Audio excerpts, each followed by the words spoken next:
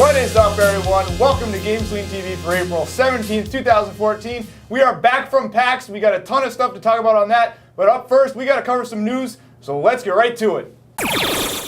Yesterday, Halo and Destiny composer Marty O'Donnell revealed on Twitter that Bungie's board of directors had terminated him without cause. O'Donnell is well known for creating the music for the Halo series as well as doing sound design for Bungie's games. Bungie responded by issuing a statement saying, "For more than a decade, Marty O'Donnell filled our worlds with unforgettable sounds and soundtracks and left an indelible mark on our fans. Today, as friends, we say goodbye. We know that wherever his journey takes him, he will always have a bright and hopeful future." O'Donnell was currently working on Bungie's and Activision's upcoming title, Destiny. Anybody that's a fan of Halo or has played Halo before, the music is a pretty big deal in those games. So this is major. Or it was. It was until it all got Yeah, stale. until they let him go. I mean, how big is the music in every game? It's big enough, right? It's there. Well, hey, and unless Halo, it's bad, like, you don't notice it. Halo, it's all orchestrated, and it's a big Yeah, but I'm sure they'll production. find They somebody can else. just recycle it from the old games. They just Yeah.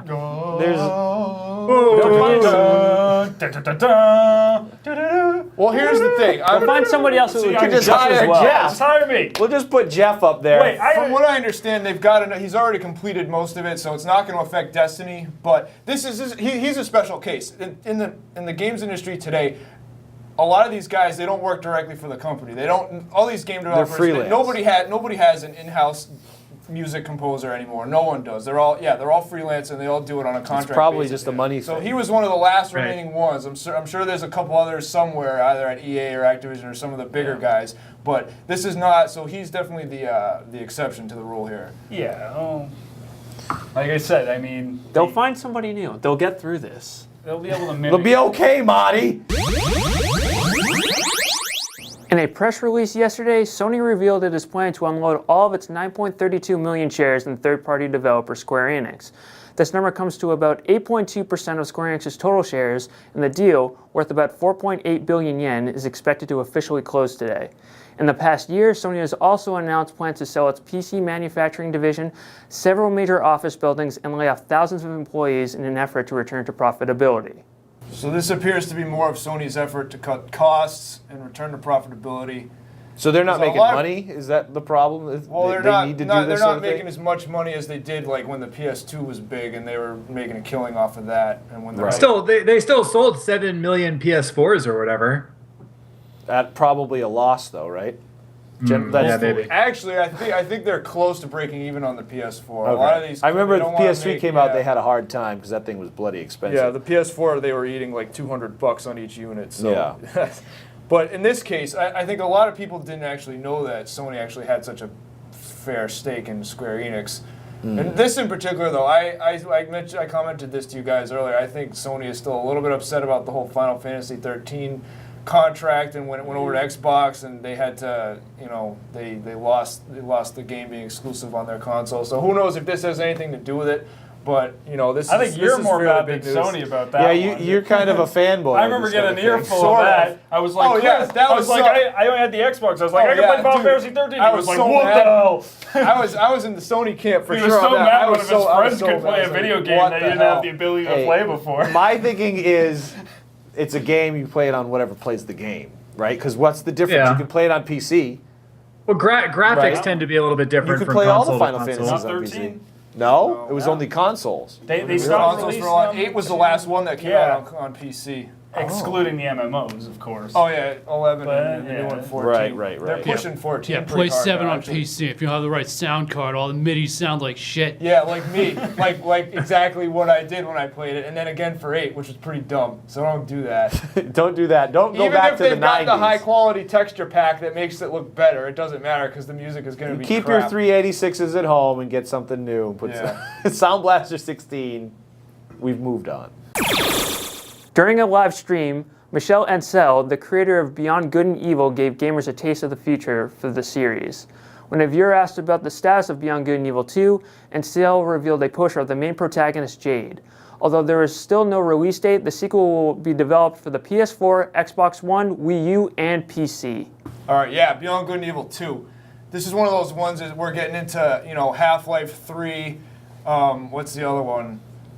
Duke Nukem Forever. The last Guardian. Shenmue 3? Shenmue Yeah, is like They had a Shenmue's the third gold standard. one? Nothing can touch Shenmue. I didn't know they made a third. No, one. they never made a wait, third this is the thing. People are waiting for it. Oh. So Half-Life 3. Well, Half-Life 3, I'm Oh waiting yeah, for Final that. Fantasy Versus 13, which is now 15. This is Beyond Good and Evil 2 is getting into that territory. And I want them to that make game this was and made a release it. Come long on, time ago, Ubisoft, though. what the hell? They had that trailer that came out. And they've been putting stuff like that out. He's been talking about it. He said a while back, he said, we got to wait till the next generation of consoles is released because the game is too ambitious. Well, guess what? The new consoles are here now, so let's go. They calm down, buddy. They just came out. Give them some time. It doesn't matter. The game's been in production Well, for years. when did that game come out? That was on Xbox. That was like 2005. Yeah, Yeah, that's almost remember. 10 years I ago. played it years after it came out. That's the Yeah, thing. I had it when it was new. I remember playing it on Yeah. Xbox.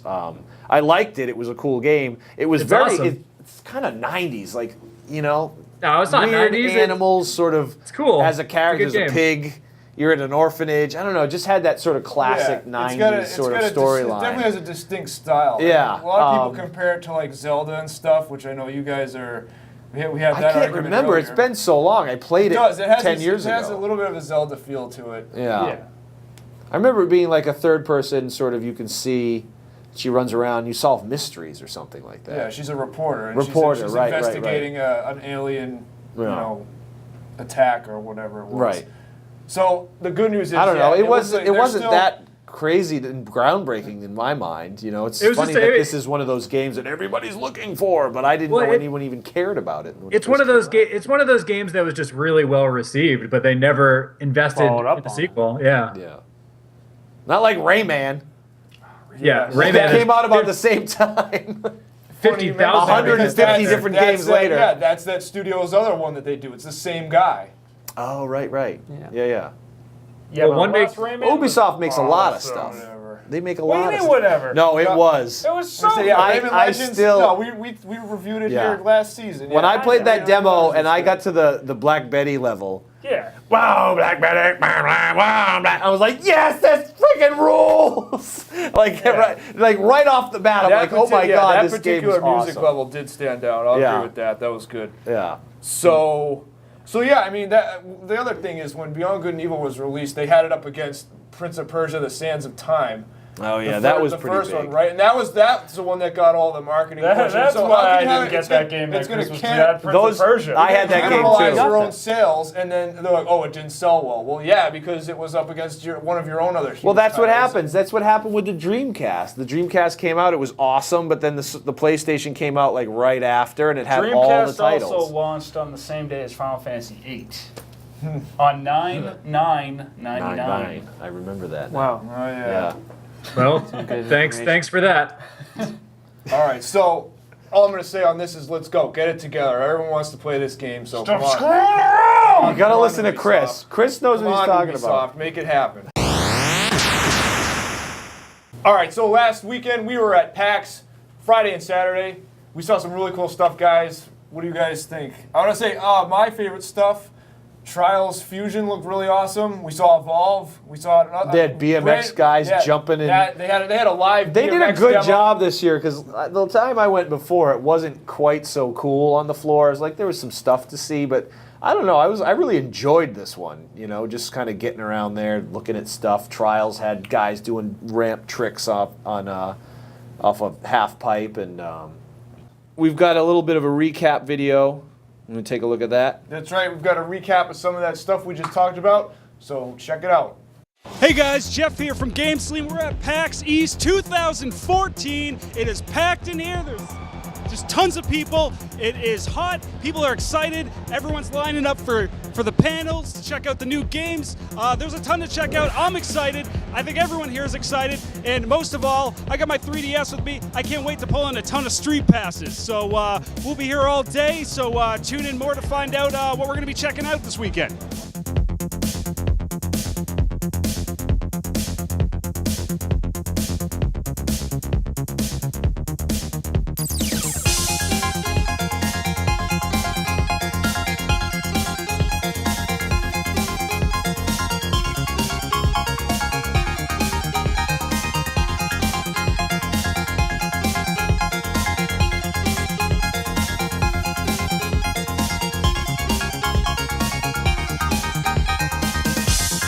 murdered sole suspect. We're here at PAX. It's finally playable. Nick had a chance to check it out. We've been waiting for this game for a while now. Nick, what did you think? Yeah, I thought that it was pretty good. The controls were really good. I thought the graphics were awesome. There was one part that was kind of weird, I guess you could say, where you had to kind of line up your body. That was kind of strange. For the most part, I think everything else was pretty spot on. Nice. Get a load of this thing over here. It looks like we're in the 2K Games area. Big advertisement for their upcoming game Evolve. I'm excited to check it out. The line looks pretty long, but hopefully we can see what this game's all about later today. So Jeff just checked out Wolfenstein, and so yeah, Jeff, what did you think? I played it for a good 30 minutes. I had a good time going around as BJ Blazkowicz, just blasting Nazis, slicing throats, destroying things with grenades. I have nothing to complain about. I definitely want to put some more time into this game. I don't really think it's really breaking any new genre rules or anything, but I was going through with dual machine guns, just blowing the shit out of everything. And if you like first-person shooters, if you hate Nazis, I'd say this is the game that you'd want to play. So it comes out soon. Check it out. Lichdom Battle Mage.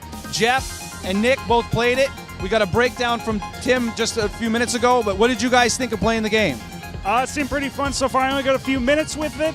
Definitely is a little bit different from your typical first-person shooter. It seems to be that you're working with 3 primary spells, and you kind of mix and match based on what your enemy is, the enemy that you're facing. So far, the few minutes I played was definitely interesting, and I definitely would want to see more in the near future. See, what Tim told us was that this is a game that is designed more for your frontal attack kind of character, which is usually a battle sort of character, somebody with a sword, but instead you're now a mage where you don't have the sort of limp-wristed, weak, mana bar, I have to charge up my spell. So Lichdom Battle Mage from Xavient Studios, definitely worth a look. We'll get more back to you guys later. GameSlean.tv, PAX East 2014. All right, let's go, guys. PAX, PAX, PAX, PAX, PAX, PAX, PAX. Woo!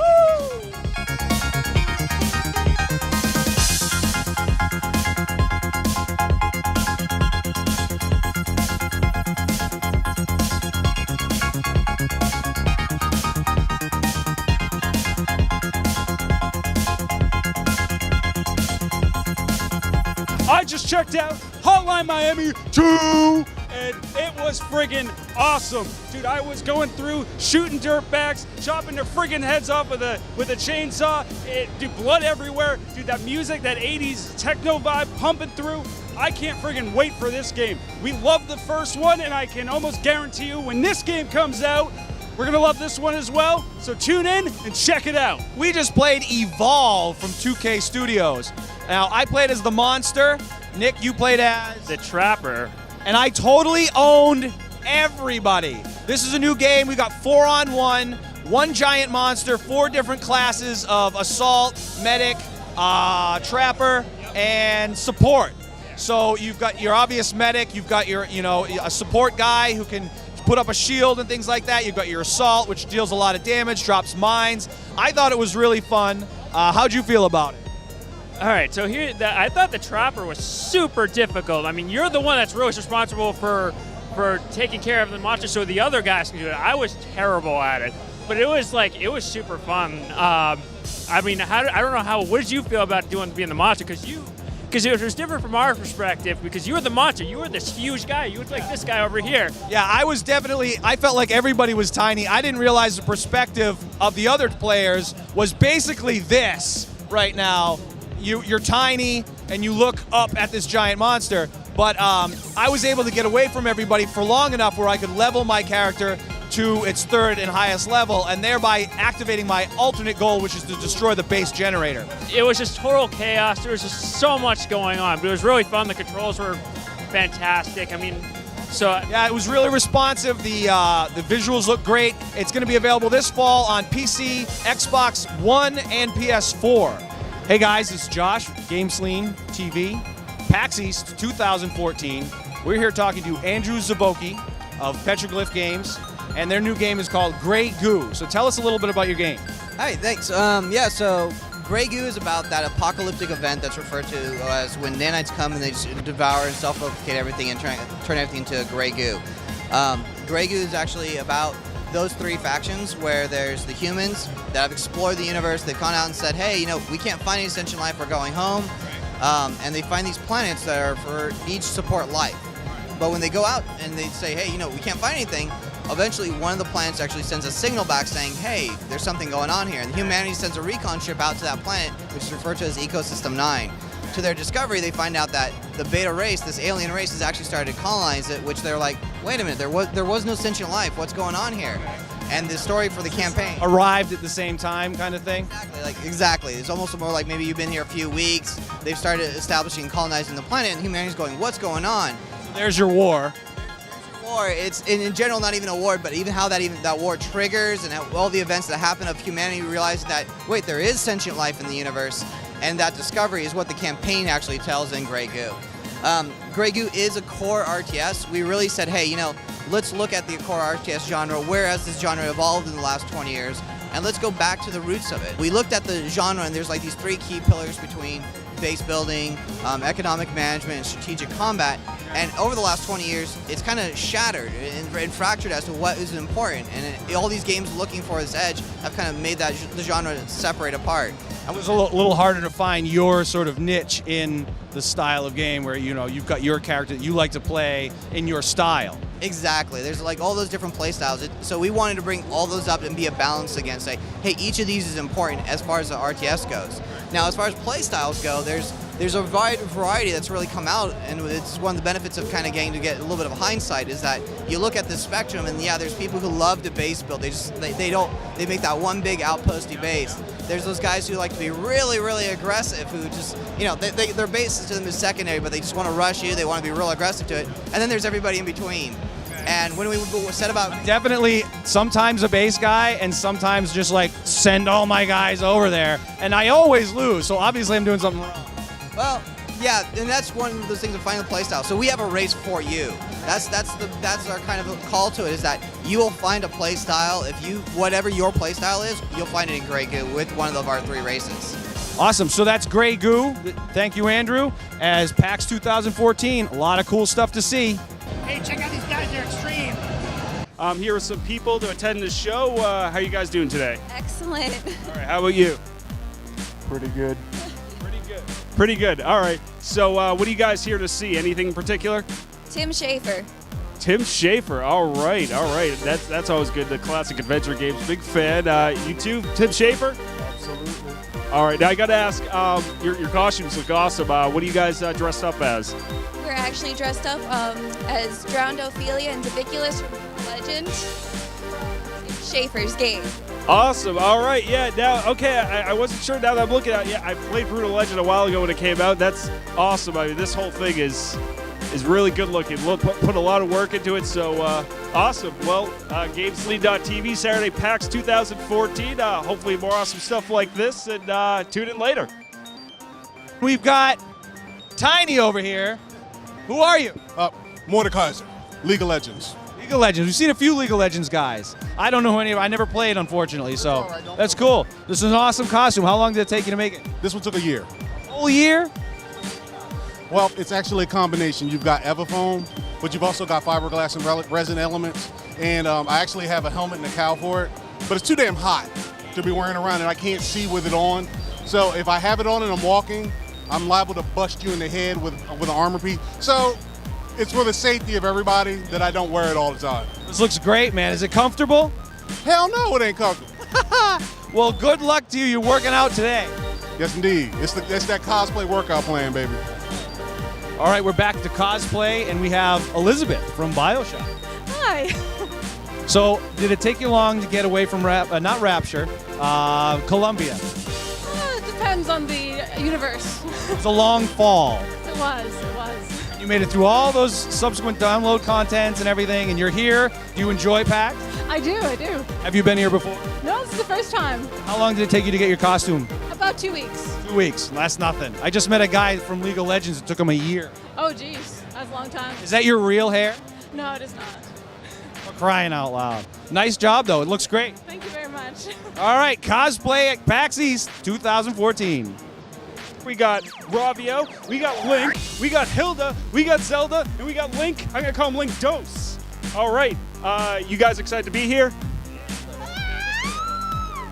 All right. Just a little, extremely little. All right. How was the trip from Hyrule? Well, yeah, it was a little stuffy. He's all set. It's all right. What are you guys here for today? Pictures. Pictures? Seated assholes. Oh, fuck. Princess, come on. What would your nation of Lorule think with that? Well, I guess you're from Lorule, so the language, it's all right. It's all right. It's right. Ravio, you gonna be renting out items to anyone today? Maybe. It's. She's just racking them up. He's a bunch more. He's renting out the bleeps. All right. Link, any adventures planned today when you get in there? Save her from her. All right. Shh. It's all right. It's all right. All right, Princess Zelda. You're not planning on getting captured today, are you? No, I can very well handle myself. All right. Yeah, you get captured a lot, but you know when I see you fight other characters in Smash Bros, you kick some ass. So. You know, when I need to, I'll put my special powers. All right. All right. So I always, rely on the hero time over there. Link Dose. I see you're wearing the red tunic today. How's that holding up? Hot? Yeah? Yeah? All right. I don't know if there's a fire temple around here, but just in case, you do look prepared. Anything planned for today? Yeah.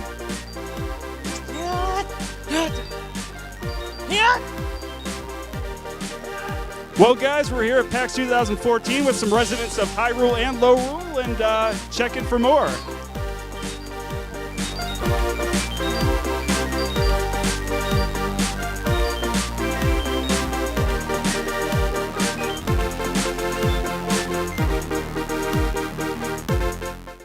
Yeah, my favorite part of PAX, let's see. I got there Friday, 3 p.m., because I had to work like a normal person. I didn't see Jesse Cox. I didn't see Dodger.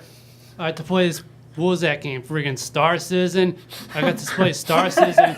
Star Citizen is like one of the most anticipated games to come out. I got to play Xander's not impressed. Whatever. I got to play it for about 5 seconds. Yeah. It kept freaking crashing. We didn't get footage of that, but I can recreate it. He walks up, tests the joystick, system crashes. Okay. Yeah, they didn't have the actual We reset game. the system ourselves.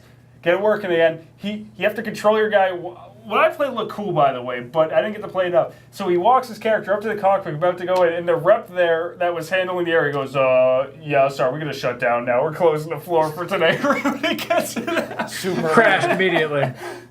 Yeah, first impression of Star Citizens. It looks like the sequel to Shattered Horizon that Future Mark should have made.